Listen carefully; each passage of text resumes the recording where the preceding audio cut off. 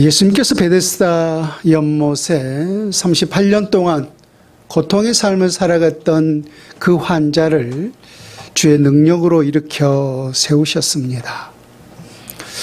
근데 바로 이 일로 인하여서 예수님 특별히 바리새인들로부터 큰 공격과 핍박을 당했던 것을 보게 됩니다. 두 가지 이유였는데요. 예수님께서 그 능력을 행하신 날이 안식일이니라고 했어요. 그래서 유대인들의 관점에서는 안식일은 어떠한 짐도 지지 않아야 되는데 바로 그 38년 된 병자가 자기 짐을 들고 일어나 걸어갔기 때문에 바로 안식일을 범했다라고 했고, 또 한 가지는 늘 예수님은 하나님의 아들이었기 때문에 하나님의 아들 되심을 또 선포하지 않았습니까? 그래서 하나님의 아들이라고 했다는 그것 때문에 또한 예수님을 공격하기 시작했어요. 바로 이런 가운데서 예수님은 여러 증거자들을 들이대면서 내가 왜 하나님의 아들인지, 또 하나님의 아들 되심을 여러저러 증거자들을 통해서 소위 변론하고 있었던 것을 보게 됩니다. 중요한 부분이기 때문에 다시금 반복한다면은 예수님의 하나님 아들 되심을 첫 번째로 증거한 자는 바로 세례 요한이었어요. 이 세례 요한을 모든 백성들은 하나님이 친히 보낸 선지자로 여기고 있었던 것이죠. 특별히 헤롯 대왕, 이 헤롯 대왕에게 있어서 세례 요한은 소위 눈의 가시 아닙니까? 그래서 그를 옥에 가두어서 어찌하든지 죽이려 애썼지만 죽일 수 없는 이유가 있었어요. 모든 백성들이 그를 선지자로 여기고 있었기 때문이라고 했어요. 그래서 요한이 두려웠던 것이 아니라 백성들이 두려웠기 때문에 헤롯 대왕조차도 세례 요한을 결코 죽일 수 없었던 거죠.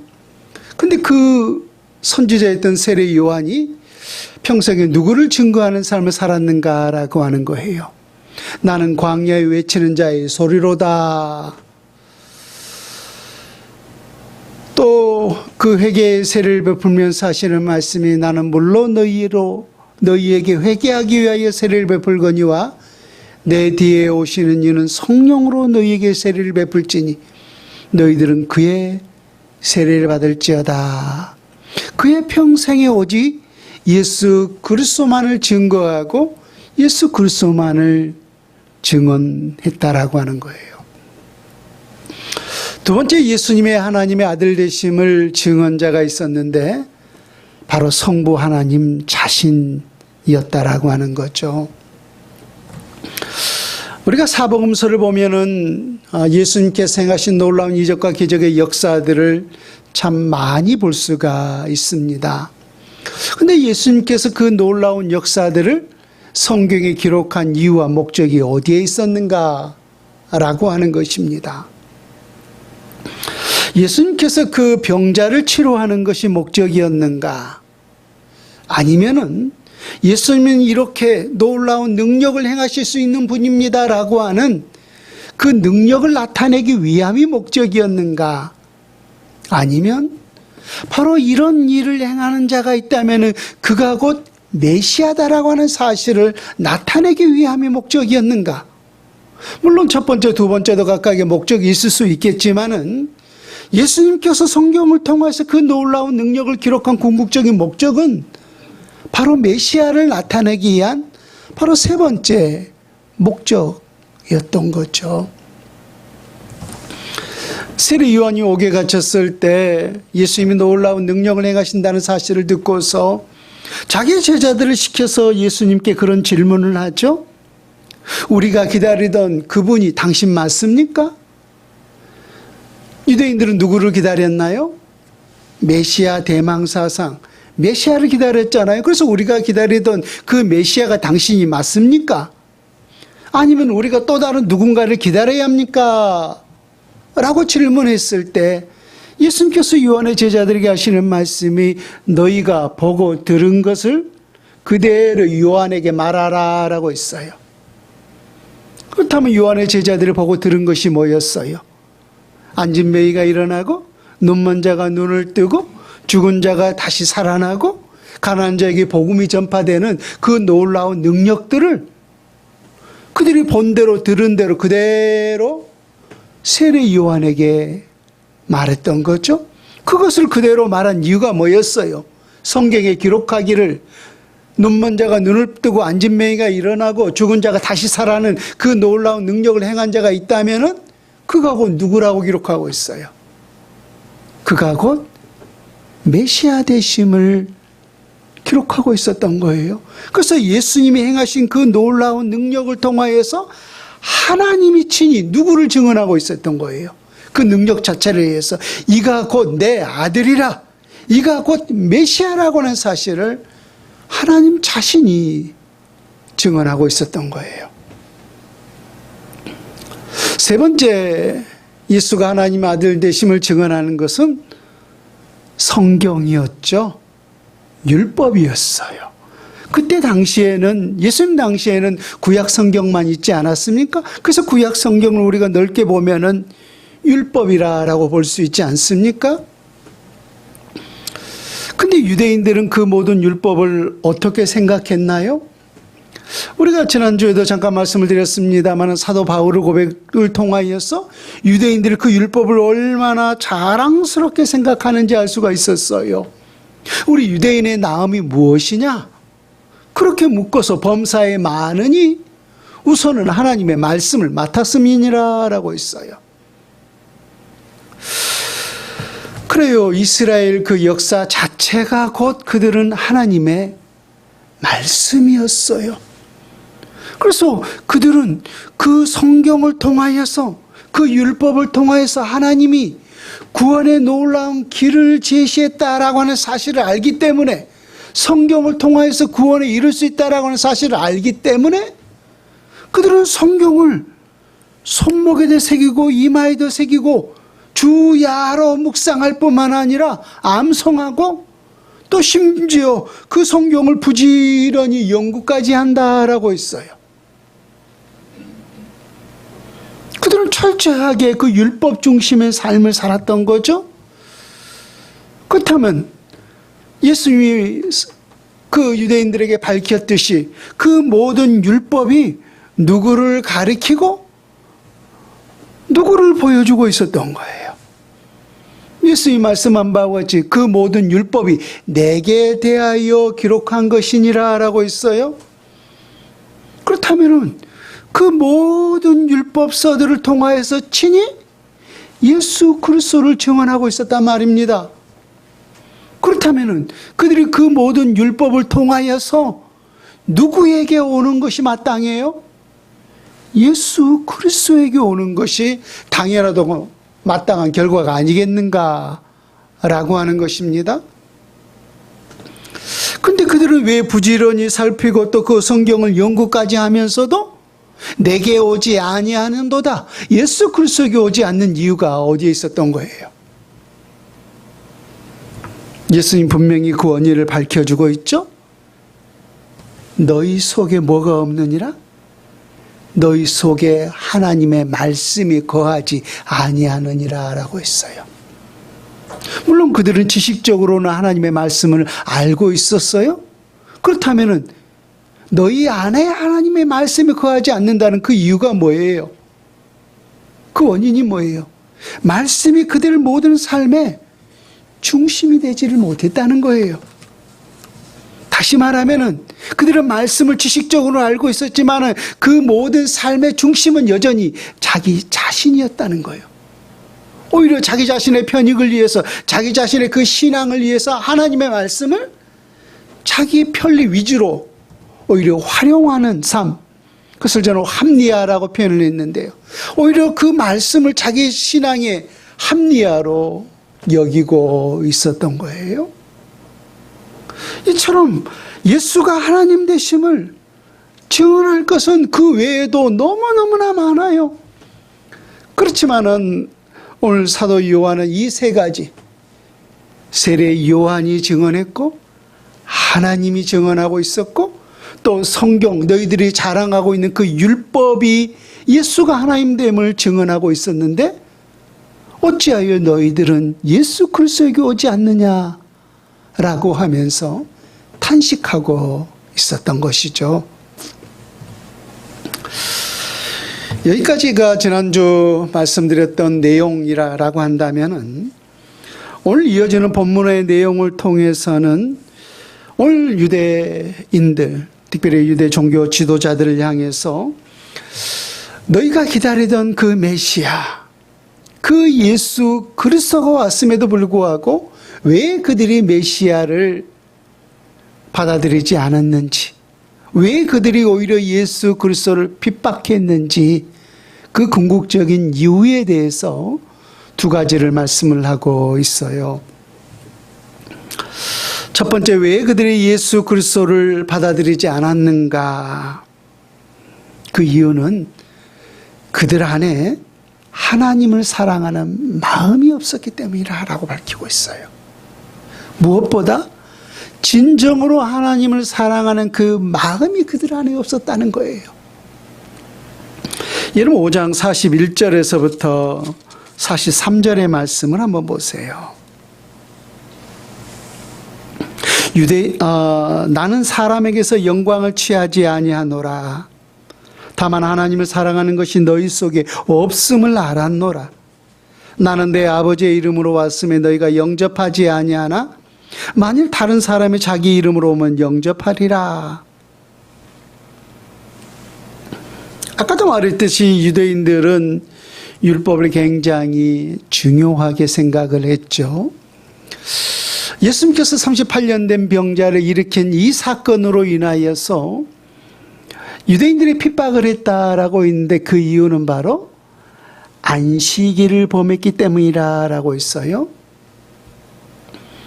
그리고 안식일에는 어떠한 짐도 지지 않아야 하는데 예수님께서 그 짐을 들도록 했다라고 했어요. 그렇다면 그 모든 것들이 그 안식일 규정이 다 어디에 속하여 있는 거예요? 다 율법에 기록되어 있는 거죠. 그래서 안식일을 범했다라고 한다는 것은 그 범위를 조금 확장시켜 본다면 실상은 율법을 범했다라고 하는 거예요.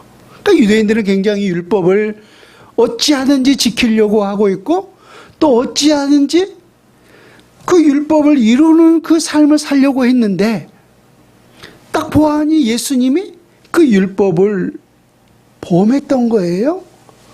그래서 어찌하여 안식일을 범하느냐? 바꿔 말하면 어찌하여 어찌하여 예수는 율법을 범하느냐라고 따졌던 거예요. 그럼 오늘 우리 모두가 그렇게 말하고 있는 그 유대인들, 특별히 바리새인들에게 그런 반론을 한번 해봐요. 그렇다면 율법의 궁극적인 목적이 뭐냐는 거예요. 여러분, 우리가 살고 있는 이 나라에도 여러 가지 법이 있잖아요. 그러면 그 법을 허락하신, 그 법을 만든 그 나라가 이유가 어디에 있어요? 그 법 자체에 목적이 있는 거예요? 아니면 우리 모든 인간이 공의롭고 정의로운 그런 사회 속에서 우리 인간을 위해서 그 법이 있는 거예요? 법 자체에 목적이 있는 것이 아니라 우리 인간이 더욱더 안전하고 편안하게 살 수 있도록 하기 위해서 그 법을 만든 것 아닙니까? 그러니까 하나님께서 이스라엘 백성들에게 또 오늘 우리 모두에게 그 율법을 또 이 성경을 허락하신 궁극적인 이유와 목적이 어디에 있는가 하는 거예요. 우리가 그 율법을 온전히 준수하기 위해서 또 우리 모두가 그 성경을 살기 위해서 그 성경 자체에 목적이 있는 거예요.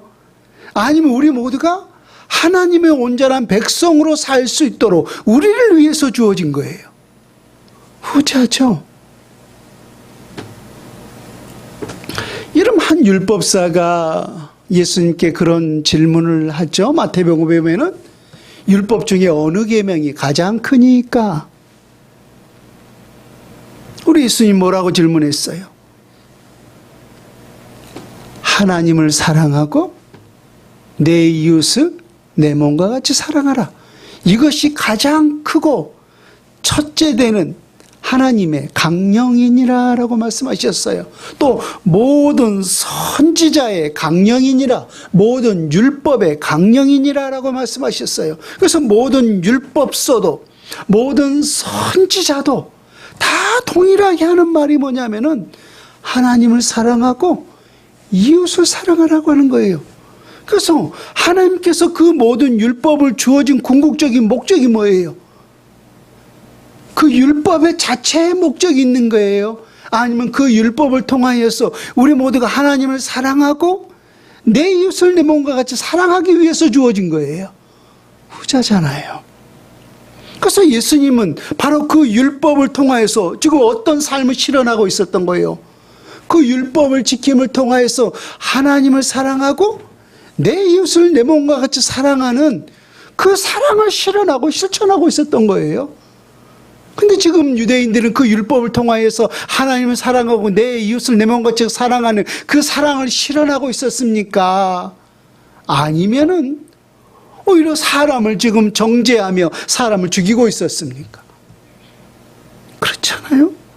아니 그 율법을 하나님께서 그 주신 그 목적대로 살아갔다면은 진정으로 하나님을 사랑하고 진정으로 내 이웃을 사랑하는 그 삶을 살 수 있었을 터인데 그 율법을 받았음에도 불구하고 오히려 하나님의 사랑이 그들 안에 있지 아니하고 또 사람을 죽이는 정죄하는 그런 삶을 살았던 이유가 어디에 있는가라는 거예요.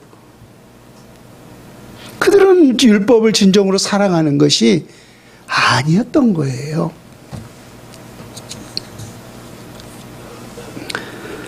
마태복음 15장 7절 이하에 들어보세요. 외식하는 자들아, 이사야가 너희에 관하여 잘 예언하였도다. 일러스되 이 백성 입술로는 나를 공경하되 마음은 내게서 멀도다. 사람의 계명으로 교훈을 삼아 가르치니 나를 헛되이 경배하는도다 하였느니라. 여러분, 그들이 진정으로 사랑하는 것은 율법이었습니까? 참된 율법이었습니까? 아니면 사람의 계명이었습니까?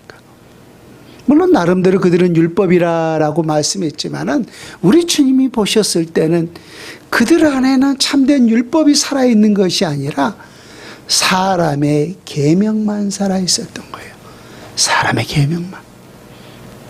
여러분, 그 사람의 계명으로 사람의 계명을 지키면서 살아가고 있으니 그것을 통해서 그 사람의 계명을 통해서 어찌 하나님을 사랑할 수가 있고 그 사람의 계명을 통해서 어찌 영혼을 살릴 수가 있겠는가라고 하는 거예요. 여러분, 하나님의 참된 사랑은 하나님의 참된 그 율법을 실현했을 때 그 율법의 목적대로 살아갔을 때 그것을 통해서 하나님의 사랑하고 이웃을 사랑할 수 있는 것이지, 내가 요구하는 내 맘대로의 사랑을 통하여서는 결코 하나님을 사랑할 수가 없고 또한 내 이웃을 사랑할 수가 없는 것입니다. 하나님이 요구한 바대로 사랑했을 때 진정으로 그것을 통하여서 하나님도 사랑할 수 있고 내 이웃도 사랑할 수 있다는 거예요. 이런 예를 한번 들어봐요. 여러분, 우리가 많은 믿음의 사람들이 이런 고백을 하죠.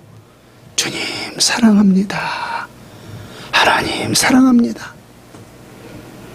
그런데 여러분, 우리 한국교회에 얼마나 많은 이단들이 있습니까?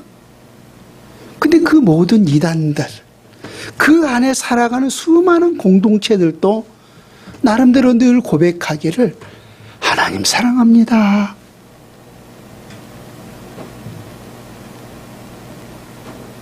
그렇게 여러분들이 직접 듣지 않았다 할지라도 무엇을 통해서 알 수가 있느냐 하면은 우리가 찬양하는 찬양의 모든 내용들 똑같이 찬양합니다. 우리가 성경 기록된 600몇십 장 있죠? 찬송가라고 말하죠. 이 찬송가 똑같이 그들도 개사하지 않아요. 우리와 똑같이 그렇게 찬양해요? 또 오늘날 복음성가, 그렇죠? 많은 복음 가수들이 그 하나님의 은혜를 경험했던 그 내용들을 고백하면서 얼마나 많이 찬양합니까? 그들도 똑같이 우리가 부르는 그 찬양을 똑같이 불러요. 근데 그 모든 찬양의 내용을 우리가 볼 것 같으면 어떤 고백이 들어있어요? 사랑합니다, 나의 예수님. 사랑합니다, 아주 많이요. 참, 하나님을 사랑한다는 그 고백이 얼마나 많이 들어있는지 몰라요. 우리가 사랑합니다라고 고백하고 있듯이 그들도 똑같이 사랑합니다라고 고백하고 있어요. 그렇다면 그들 안에, 그렇게 고백하는 그들 안에도 하나님의 참된 사랑이 거하는가라고 하는 거예요. 결코 거하지 않습니다. 왜 거하지 않을까요?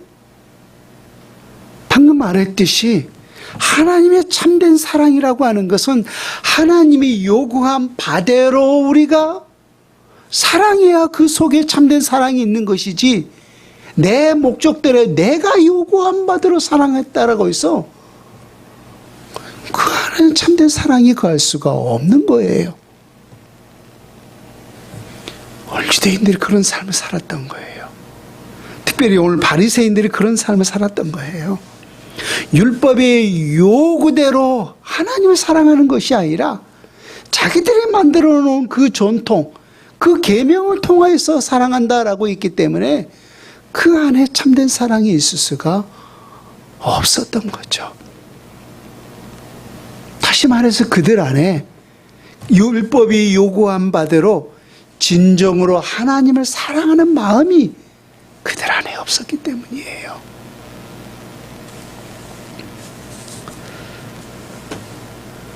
오늘 두 번째, 예수님을 메시아로 받아들이지 못하고 핍박했던 이유. 여러분 44절을 한번 보세요. 요한복음 5장 44절에 보면 너희가 서로 영광을 취하고 유일하신 하나님께로부터 오는 영광은 구하지 아니하니 어찌 나를 믿을 수 있느냐. 한마디로 요약한다면은 하나님의 영광을 구하지 아니하고 자신의 영광을 취하는 그 신앙의 삶을 살았기 때문에 예수 그리스도를 영접하지 못했다라고 말씀을 하고 있어요.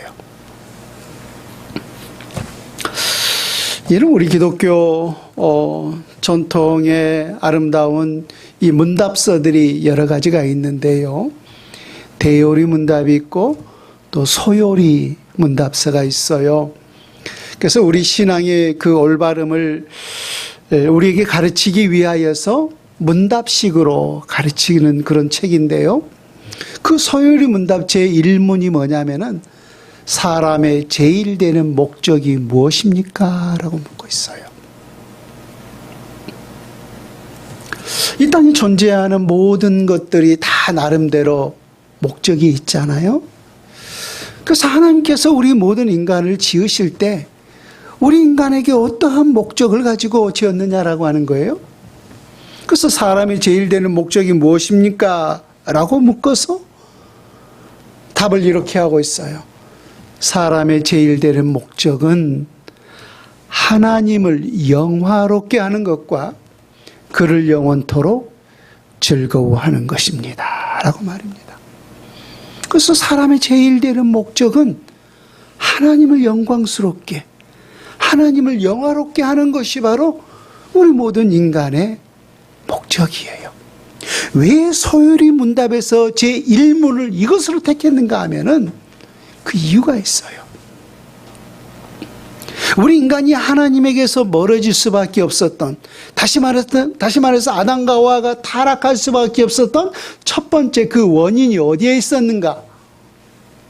바로 자신의 영광을 취하고자 하는 그 욕심 때문에 하나님에게서 멀어졌기 때문이에요. 우리가 창세기 3장을 통하여서 어떻게 우리 인간이 타락되었다라고 하는 사실을 잘 알고 있을 것입니다.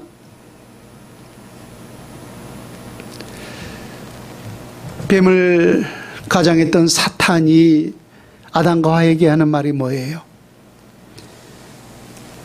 선악과는 분명히 하나님이 금하신 열매였죠. 동산 중앙에 있는 이 모든 것들을 다 너희가 임으로 먹되 선악을 알게 하는 이 과일은 결코 따먹지 말라라고 말씀하셨어요. 그것이 하나님, 또 그것이 피조물로 지음받은 우리 모든 인간이 지켜야 할 하나님의 준엄한 명령이었던 거예요. 그렇다면 그 안에서 살아갈 때, 그렇게 명령을 준행하면서 살아갈 때 우리 인간에게 참된 기쁨과 행복과 만족이 주어지는 거죠. 그래서 그렇게 살아갔을 때 아담과 하와가 즐거워하고 기쁨의 삶을 살았어요. 근데 뱀이 하와에게 미혹하기를 이것을 먹는 날에는 너희 눈이 밝아져 선악을 분별하게 되고 궁극적으로는 누구와 같이 된다는 거예요. 하나님과 같이 되심을 하나님이 아심이니라라고 했어요. 그들은 분명히 피조물로서 창조주신 하나님이 얼마나 위대한 존재인가, 얼마나 영광스럽고 영화로운 존재인가를 분명히 알았을 거예요.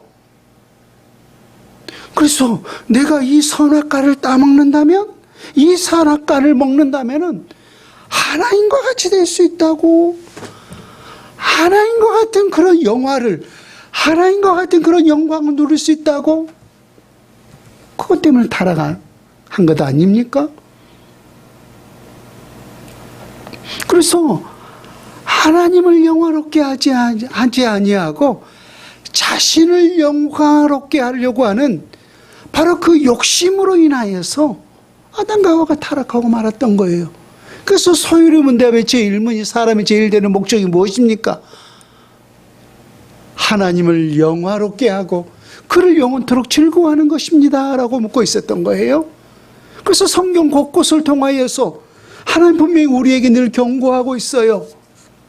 우리 모든 삶을 통하여서 하나님을 영원롭게 하고 자신의 영광을 취하여서는 아니 된다라고 말입니다.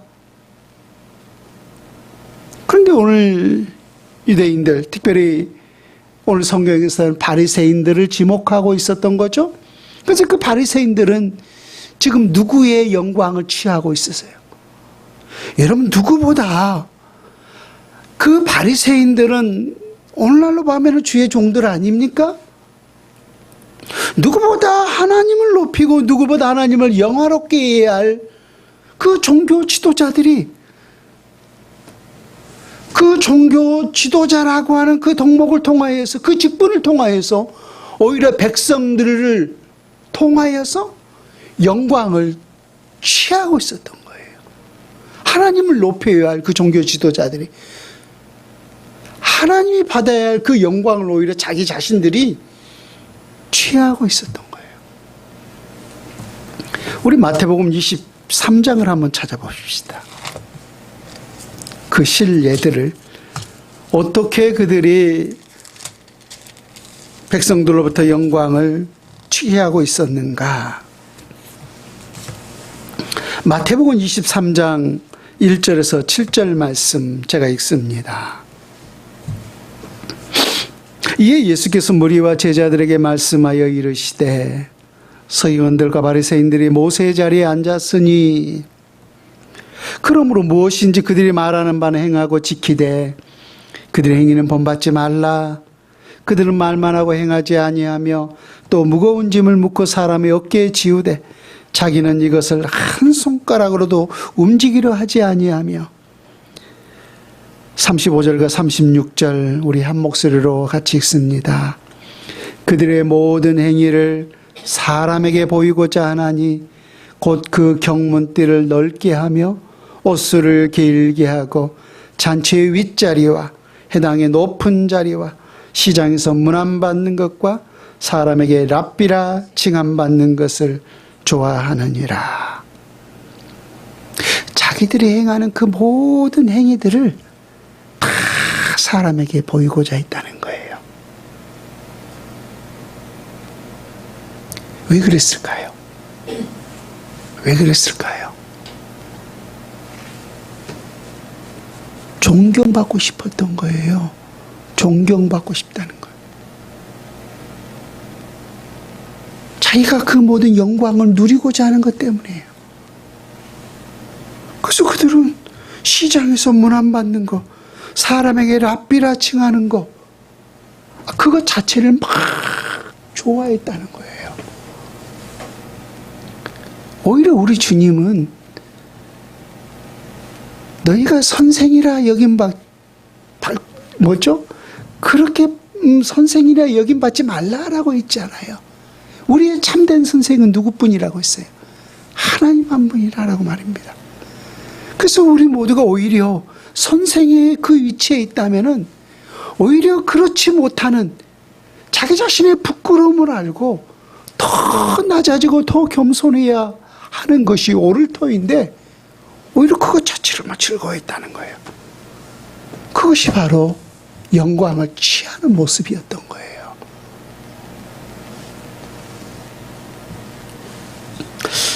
여러분, 사도 바울이 갈라디아 1장에서 이런 고백을 해요. 들어보세요.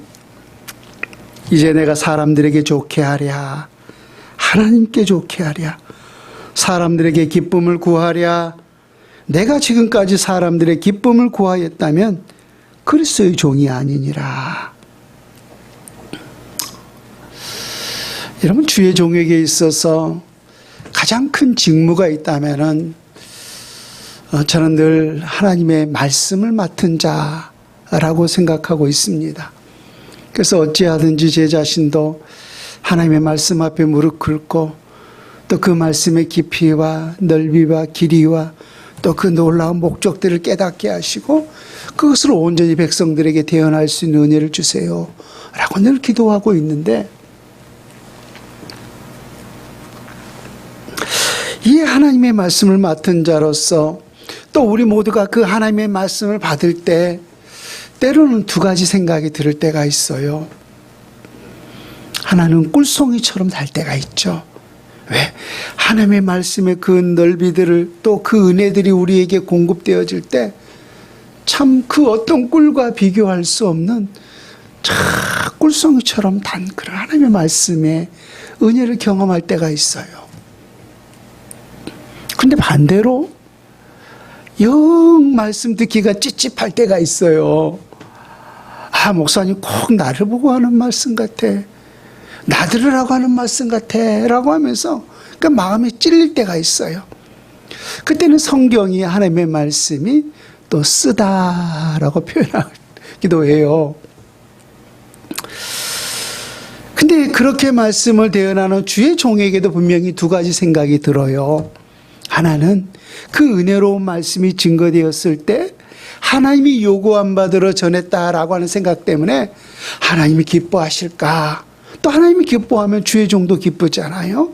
그래서 기쁜 그런 마음이 있는 반면에 성도들 얼마 안 되는데 뻔하잖아요, 삶이. 그래서 혹시 이 이야기를 들을 때 우리 윤 지사님이 실족하지 않을까?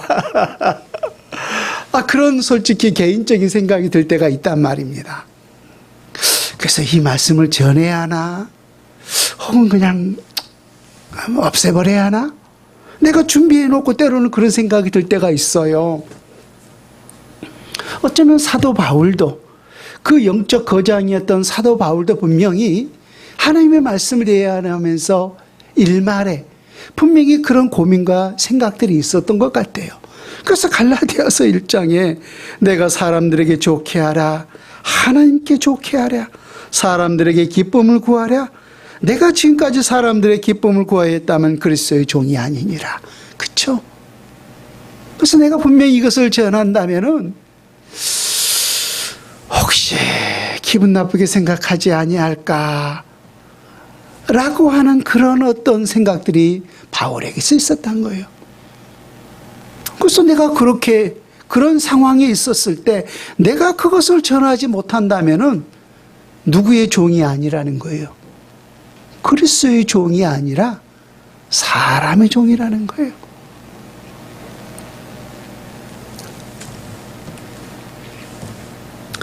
그래서 여러분 구약 성경에 보면은 모든 선지자들이 참된 주의 그 선지자들이 모든 백성들로부터 최고의 존경함을 받았지만은 또한 그 이면에 또한 반대로 참된 주의 선지자들이 많은 백성들로부터 지탄의 대상이 되기도 했었던 사실을 보게 돼요. 뭐 예레미야 선지자도 뭐 뺨을 맞기도 하고 감옥에 안쪽에 구덩이에 빠지기도 하고 그러지 않았습니까? 그 이유가 뭐예요? 하나님의 말씀을 그대로 대언했기 때문에. 아니 보세요. 이사야 선지자도 그랬지만은 하나님의 백성들에게 하는 말이 우리나라 망한다는 거예요. 여러분이 그렇게 살았기 때문에, 여러분들이 그렇게 우상 숭배하는 삶을 살았기 때문에 우리 이스라엘 백성들은 분명히 망할 것입니다. 머지않아 바벨론 포로로 끌려갈 것입니다. 아니 그것을 들었을 때 백성들로서 이건 저주 같은 말씀이잖아요. 이걸 들었을 때 누가 좋아하겠어요? 아니 내가 우리 대한민국이 이해가 가기 전에 분명히 멸망할 것입니다. 여러분들이 그렇게 살았기 때문에 이 대한민국이 멸망할 것입니다. 바벨론 포로로 끌려갈 것입니다. 그렇게 외친다면은 그 목사 좋게 생각한 사람 누가 있겠어요? 아무도 없을 거예요. 그래서 막 돌을 던졌잖아요. 돌을 던졌어요.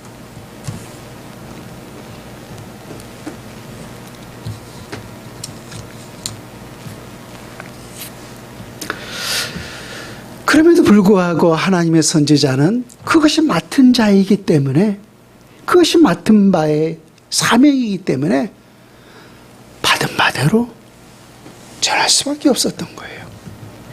그런데 오늘 특별히 바리새인들은 그렇게 하나님의 말씀을 온전히 율법의 그 올바른 뜻대로 대언하지 못하고 오히려 사람의 계명을 통하여서 하나님이 받아야 할 그 영광을 자기들이 소위 착취하고 있었던 거죠. 여러분 이런 생각을 가지고 예수님을 핍박하고 있는 이 바리새인들을 향해서 예수님이 아주 충격적인 말씀을 하고 있어요. 보면 45절에서 47절 말씀을 한번 보세요. 내가 너희를 아버지께 고발할까 생각하지 말라. 너희를 고발하는 이가 있으니 곧 너희가 바라는 자 모세니라. 모세를 믿었다라면 또 나를 믿었으리니 이는 그가 내게 대하여 기록하였음이라. 그러나 그의 글도 믿지 아니하거든 어찌 내 말을 믿겠느냐 하시니라. 여러분 요한복음 9장에서 보면 예수님께서 눈먼 자의 눈을 뜨게 해준 사건이 있어요. 한 맹인에게 예수님께서 그 진흙을 이겨서 눈에 발라주죠. 그리고 실로암 못에 가서 눈을 씻으라. 씻었더니 앞을 보게 되었어요. 근데 또 그날이 안식일이었어요. 역시 또 성경이 기록하기를 그날은 안식일이니라고 있어요. 그래서 지금 바리새인들 눈에 또 뭘 어긴 거예요. 또 안식일을 어겼고 또 넓은 범위로 보면 또 율법을 어긴 거예요. 그래서 지금 예수님은 함부로 할 수가 없고 왜? 그 권세와 위험이 있었기 때문에 지금 누구를 괴롭히냐면은 그 앞을 보지 못했다가 눈을 떴던 그 사람을 계속해서 괴롭힌 거예요. 그래서 또 불러다가 너 왜 안식일을 범했느냐? 너의 눈을 뜨게 했던 사람이 누구냐? 어떻게 해서 내 눈을 뜨게 했느냐? 분명히 말을 했을 거 아니에요. 그래서 한 번 부르고 또 두 번 부르고 계속해서 부르니까 아니 내가 몇 번이나 너희들에게 그 말을 했는데 또 나를 불러서 뭐가 알고 싶어서 그렇게 나를 괴롭히느냐? 그러면서 이 눈을 떴던 이 사람이 한마디예요. 너희도 예수의 제자가 되려 하느냐라고 말입니다. 근데 바리새인들이 화를 내요. 누구의 제자가 된다고 하니까? 예수의 제자가 되려고 하느냐라고 하니까 그래서 이 눈을 뜬 사람이 욕을 하면서 그가 하는 말이 뭐냐면은 그들이 욕하여 이르되 너는 그의 제자이나 우리는 모세의 제자라라고 했어요. 바리새인들은 누구의 제자라고요? 우리는 모세의 제자라라고 했어요. 모세의 제자라. 여러분 알다시피 모세오경은 누구를 통해서 주어졌습니까? 창세기, 출애굽기, 레위기, 민수기, 신명기. 이 처음 5권을 가리켜서 우리는 모세오경이라고 하죠. 그래서 모세를 통하여서 이 5권의 성경이 주어졌기 때문에 이 처음 5권을 읽어서 우리는 모세오경이라고 해요. 그래서 여러분 성경의 가장 중요한 이 기초, 틀이 어디에 기록하고 있느냐면 실상은 모세오경이에요. 그래서 그 이후에 기록된 모든 역사서들, 모든 선지서들, 모든 시가서들 다 어디 위에 기록되어 있느냐면은 그 모세오경 토대 위에 기록된 거예요. 그럼 복음서, 다시 말해서 신약 성경과 모세오경은 또한 어떤 관계가 있는가? 똑같아요. 예수님이 행하셨던 그 놀라운 이적과 기적의 역사들 다 어디를 근간으로 기록하고 있느냐면은 역시 모세오경을 기초로 복음서가 다 기록되어 있어요. 그래서 사도 바울도 또 오늘 우리 모두가 오늘 또 기록한 이 요한복음도 다 어디를 인용하고 있느냐면 성경 곳곳에 다 모세오경을 인용하고 있어요. 그래서 모든 성경의 기초, 기틀이 곧 모세오경 위에 기록되어 있다는 거예요. 그렇다면은 그 모든 성경, 다시 말해서 모든 모세오경이 누구에 대해서 기록하고 있다라고 하는 거예요?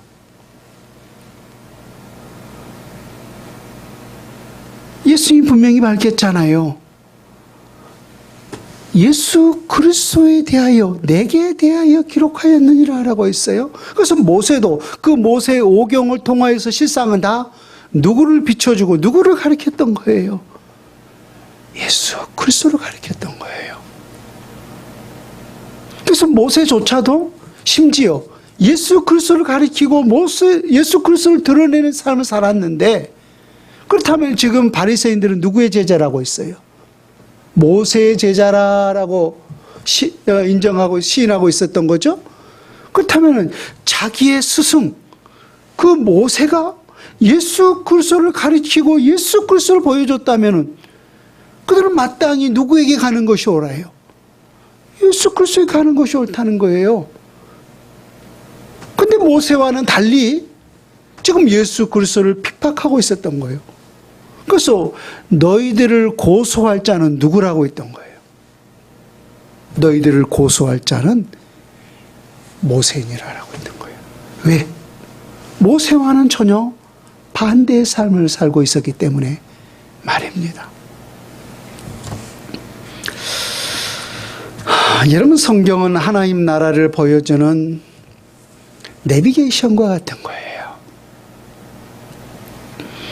우리 모두가 모르는 길을 가지만은 그럼에도 불구하고 그 목적지까지 안전하게 도달할 수 있는 이유가 뭐예요? 우리 안에 내비게이션이 있기 때문이에요. 그래서 GPS를 통하여서 그 내비게이션이 연결되었기 때문에 내비게이션만 우리가 볼 수 있다면은 우리를 목적지까지 안전하게 그 내비게이션이 인도해줘요. 그래서 성경은 하나님 나라를 인도하는 내비게이션과 같은 거예요. 그래서 우리 모두가 성경을 밝히 안다면은 그 성경은 우리에게 누구를 보여주고 있는 거예요? 예수 그리스도를 나타내고 예수 그리스도를 보여주고 있다는 거예요. 왜? 우리는 누구를 통하여서 하나님 나라에 갈 수 있기 때문에, 구원자 되시는 예수 그리스도를 통하여서만 하나님 나라에 이를 수 있기 때문에 말입니다.